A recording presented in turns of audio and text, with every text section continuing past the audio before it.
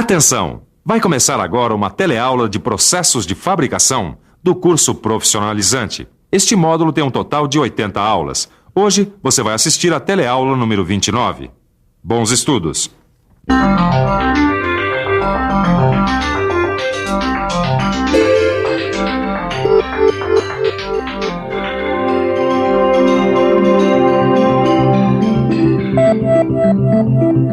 Nas teleaulas anteriores, você conheceu diversos processos de fabricação que têm grande aplicação no mundo da mecânica. Conheceu algumas operações que só podem ser executadas com auxílio de máquinas, enquanto outras são totalmente manuais. Bom, hoje você vai entrar em contato com uma operação que, além da sua grande importância no universo da mecânica, é muito comum, sendo utilizada constantemente no nosso dia a dia. Além disso, é uma operação muito antiga. Os arqueólogos garantem mesmo que ela era usada há mais de 4.000 anos no Antigo Egito. Na teleaula de hoje você vai conhecer a furação. É uma operação de usinagem que se destina a abrir furos em peças. Vai conhecer também a ferramenta que permite a execução desses furos, a broca. E vai aprender a reconhecer os diversos tipos de brocas e as suas utilizações. Você vai ver também que, apesar de ser uma operação comum, necessita que você possua conhecimentos tecnológicos específicos com relação às ferramentas e às máquinas utilizadas. Bom, por isso, muita atenção. A teleaula de hoje está começando.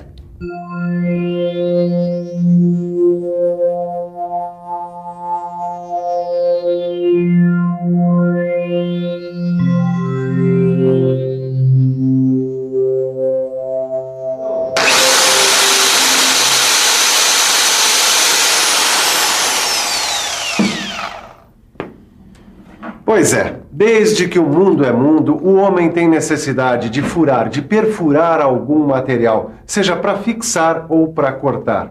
E quando eu estou dizendo desde que o mundo é mundo, eu não estou exagerando, nem um pouquinho. Os antigos egípcios, há mais de 4.000 anos, executavam essa operação quando precisavam cortar blocos de pedra.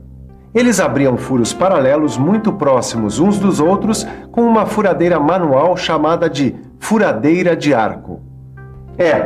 Por incrível que pareça, cá estou eu, 4.000 anos depois, fazendo furos na parede, numa operação muito semelhante. Bom, você pode alegar que eu estou usando equipamentos sofisticados, no que você tem toda a razão. Mas se você parar para pensar um pouco, vai ver que a operação é essencialmente a mesma.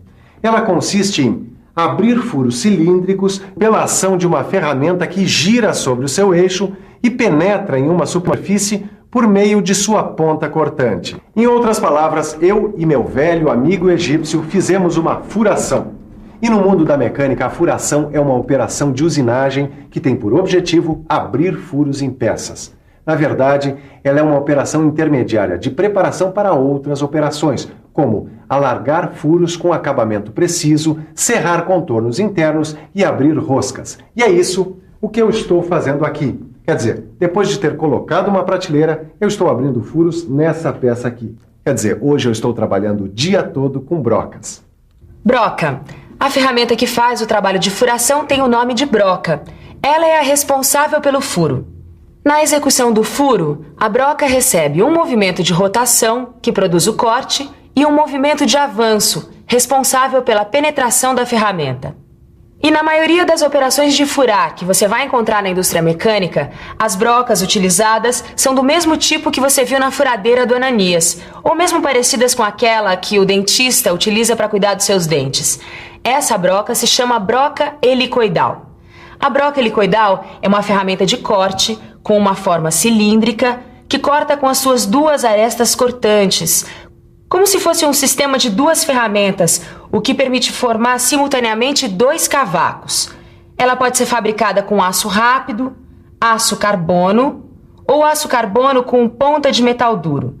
A broca de aço rápido também pode ser revestida com nitreto de titânio, o que vai aumentar a sua vida útil porque diminui o esforço de corte, o calor gerado e o desgaste da ferramenta. Com isso, há uma melhora considerável no acabamento do furo, o que reflete no aumento da produtividade, uma vez que permite o trabalho com velocidades de corte maiores. A broca pode ser dividida em 3 partes. A haste, que é a parte que vai ser fixada a uma máquina.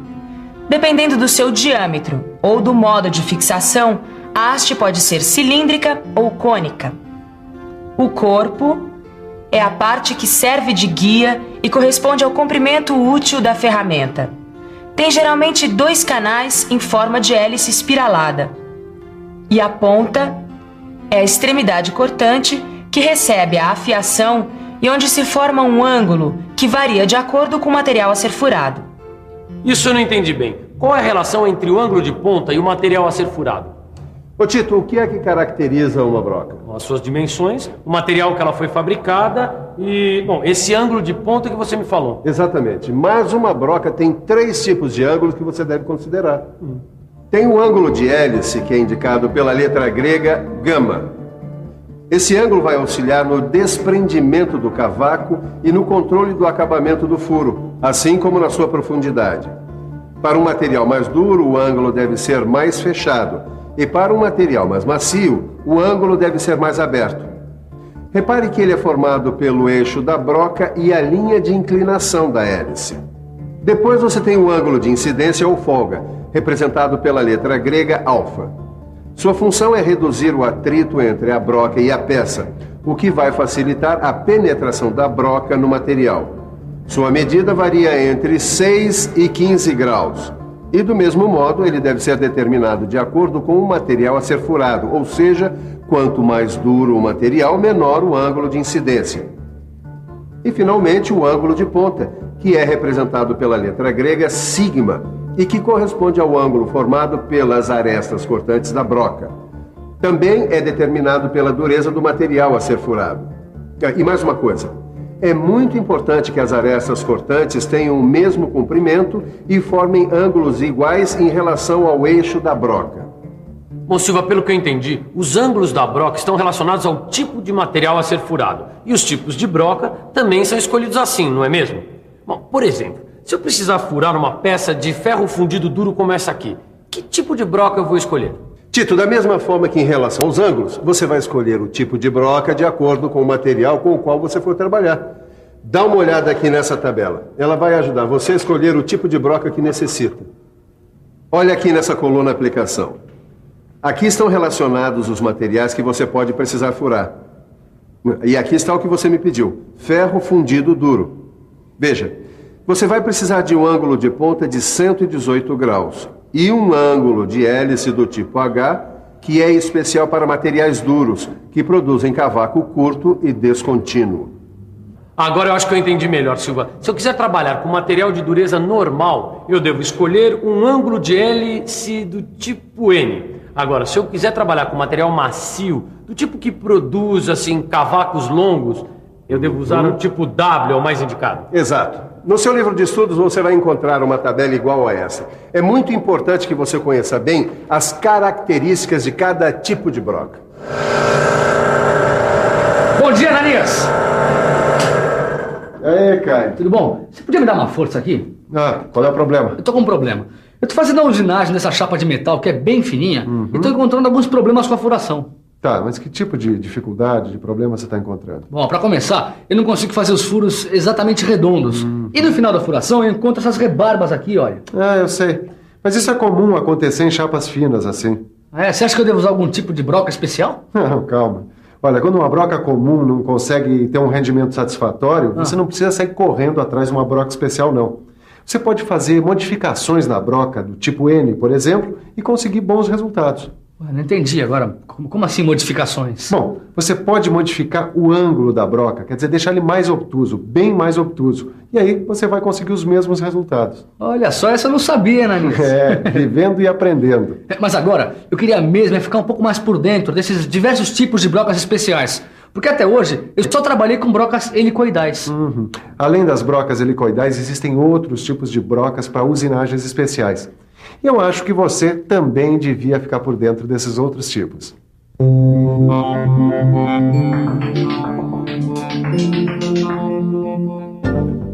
Uma dessas brocas especiais é a broca de centrar. Você vai utilizá-la quando precisar abrir um furo inicial, que servirá como guia no local do furo que será feito pela broca helicoidal. Além de furar, esta broca produz simultaneamente chanfros. Ela permite a execução de furos de centro nas peças que vão ser torneadas, fresadas ou retificadas. Esses furos vão permitir que a peça seja fixada a dispositivos especiais e tenha movimento giratório. Existe também a broca escalonada ou múltipla, que serve para executar furos e rebaixos em uma única operação e é empregada geralmente em grande produção industrial. A broca canhão, ao contrário das outras, tem um único fio cortante. Você vai precisar dela quando tiver que executar um furo profundo de 10 a 100 vezes o seu diâmetro, onde não há possibilidade de usar brocas normais. Existe a broca com furo, para fluido de corte, usada quando a produção tiver que ser contínua, em alta velocidade e com furos profundos. Como você viu, existe uma grande variedade de brocas que se diferenciam pelo formato e pela aplicação. Olha, uma coisa importante para quem trabalha com essa operação é estar sempre consultando os catálogos de fabricantes. Eles são uma ótima fonte para adquirir informações detalhadas sobre as brocas que você viu nessa teleaula e muitas outras. Mas você também pode encontrar outros casos em que a broca comum não é indicada. Aí você pode necessitar de um rebaixador ou de um escariador. Isso pode acontecer principalmente nas operações de montagem de máquinas, quando você precisar embutir parafusos que não devem ficar salientes. Ou nesse caso, você vai ter que usar uma ferramenta diferente, dependendo do tipo de rebaixo ou alojamento que você estiver fazendo. Se você precisar fazer um rebaixo cônico ou alojar um parafuso de cabeça escariada com fenda, vai usar o escariador. Essa ferramenta tem um ângulo de ponta que pode ser de 60, 90 ou 120 graus e o seu corpo pode ter um formato cilíndrico ou cônico. E quando você precisar executar um rebaixo cilíndrico, como por exemplo, alojar um parafuso do tipo Allen com cabeça, vai precisar de um rebaixador cilíndrico com guia. Mas nos dois casos, deve-se antes fazer um furo com a broca. Escariadores, rebaixadores. Olha, eu acabei aprendendo mais do que eu esperava com essa visitinha de hoje aqui na oficina, Ananias. Ótimo, eu fico contente de poder passar adiante tudo o que eu aprendi. Mas agora, que tal me dar uma mãozinha ali na furadeira? Ah, é pra já, Ananias. Enquanto isso, que tal se você ficar com a revisão? E atenção, se liga aí que é a hora da revisão. Na teleaula de hoje, você aprendeu sobre uma operação usada pelo homem há mais de 4.000 anos, a furação. Viu que esta é uma operação de usinagem destinada a abrir furos em peças e que esses furos são feitos através de uma ferramenta conhecida como broca. Aprendeu que a maioria das operações de furar existentes na indústria mecânica utilizam um tipo de broca conhecido como broca helicoidal. Viu as partes principais das brocas e quais os seus principais ângulos. Conheceu os vários tipos de brocas e como escolher a broca certa para furar um material específico. Constatou que, em muitos casos, é preciso utilizar brocas especiais que se diferenciam pelo formato e pela aplicação. Finalmente, aprendeu que, em algumas operações, como nas montagens de máquinas, a furação com broca comum não é indicada, sendo preciso utilizar outras ferramentas como os escariadores ou os rebaixadores. Silva, eu acho que eu fiquei bem por dentro desse assunto de brocas hoje, viu? Mas lembre-se, Tito, de que todas essas ferramentas dependem de uma máquina para que a operação seja realizada. Que máquinas são essas e como elas realizam essas operações? Esse é o assunto da nossa próxima teleaula. Até lá. E não se esqueça do seu livro de estudos para completar as informações que você recebeu hoje na teleaula. Até a próxima.